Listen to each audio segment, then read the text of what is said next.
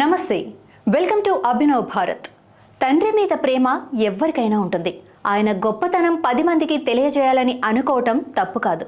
నిజానికి అది చాలా గొప్ప పని కూడా అవుతుంది. అయితే ఇదే పని చేసిన సీనియర్ ఐఏఎస్ అధికారి శ్రీలక్ష్మి మాత్రం విమర్శలు ఎదుర్కొంటున్నారు. ఇక వివరాల్లోకి వెళితే, మచిలీపట్నంలో ఈ ఏడాది జనవరిలో వై నాగేశ్వరరావు స్మారకంగా ఒక పార్కును ప్రారంభించారు. అందులో ఆయన విగ్రహాన్ని కూడా ప్రతిష్ఠించారు. ఎవరి వై నాగేశ్వరరావు అనే డౌట్ మనకి రావటం సహజమే. కానీ అదే డౌట్ మచిలీపట్నం వాసులకు కూడా వచ్చిందట. ఆయనేమి స్వతంత్ర సమరయోధుడు కాదు, సామాజిక సేవా కార్యక్రమాలు చేసిన గొప్ప సంఘ సేవకుడు అంతకంటే కాదు. రైల్వే శాఖలో పనిచేసి ఉద్యోగ విరమణ చేసిన ఒక ఇంజనీర్. అయితే ఆ మాత్రం దానికే ఒక పెద్ద పార్క్ నిర్మించి ఆయన పేరు పెట్టేస్తారా అన్న ప్రశ్న సహజంగానే ఉద్భవిస్తుంది కదా. సరిగ్గా అక్కడ స్థానికులు కూడా ఇదే అనుకుంటున్నారట. కేంద్ర రాష్ట్ర ప్రభుత్వ సంస్థల్లో అనేక మంది ఉద్యోగులు ఏటా పదవీ విరమణ చేస్తూ ఉంటారు. వారందరికీ లేని ప్రత్యేకత నాగేశ్వరరావులో ఏముంది అన్న ప్రశ్నలకు కొంతమంది చెబుతున్న సమాధానం ఏంటో తెలుసా?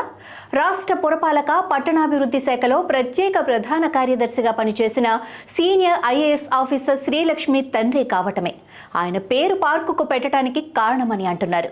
నాగేశ్వరరావు పేరుతో నిర్మించిన ఈ పార్కు కోసం 2,18,00,000 ఖర్చు చేశారట. ప్రజాధనంతో అధికారులు నిర్మించిన అందమైన పార్కును ఈ ఏడాది జనవరి 24న శ్రీలక్ష్మి ప్రారంభించారు.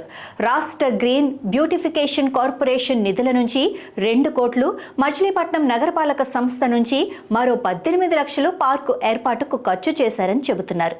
పురపాలక పట్టణాభివృద్ధి శాఖ పరిధిలోని రాష్ట్ర గ్రీన్ బ్యూటిఫికేషన్ సంస్థ ఆధ్వర్యంలో పలు పట్టణాల్లో అమృత్ పథకంలో ఉద్యానవనాలు నిర్మించారు. ఈ క్రమంలో తన తండ్రి పేరుతో మచిలీపట్నంలో పార్కు ఏర్పాటు చేయించాలన్న యోచనతో ఉన్నట్లు శ్రీలక్ష్మి చెప్పడమే ఆలస్యం.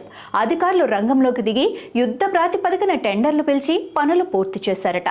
అమృత్ పథకంలో భాగంగా అభివృద్ధి చేసిన పార్కులకు ఆయా ప్రాంతాల్లోని ప్రముఖుల పేర్లు పెడుతున్నారు.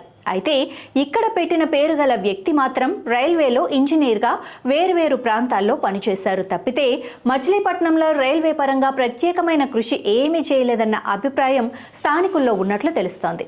రఘుపతి వెంకయ్య నాయుడు నుంచి అద్దేపల్లి రామ్మోహన్ రావు వరకు ఎంతో మంది గొప్ప గొప్ప వాళ్ళు మచిలీపట్నం వాసులు ఉండగా, యూపీఎస్సీ సర్వీస్లో ఉన్న ఒక వ్యక్తి పేరును కేవలం శ్రీలక్ష్మి తండ్రి అన్న కారణంగా పార్కుకు పెట్టడం భావ్యం కాదన్న అభిప్రాయాలు కూడా వ్యక్తమవుతున్నాయి.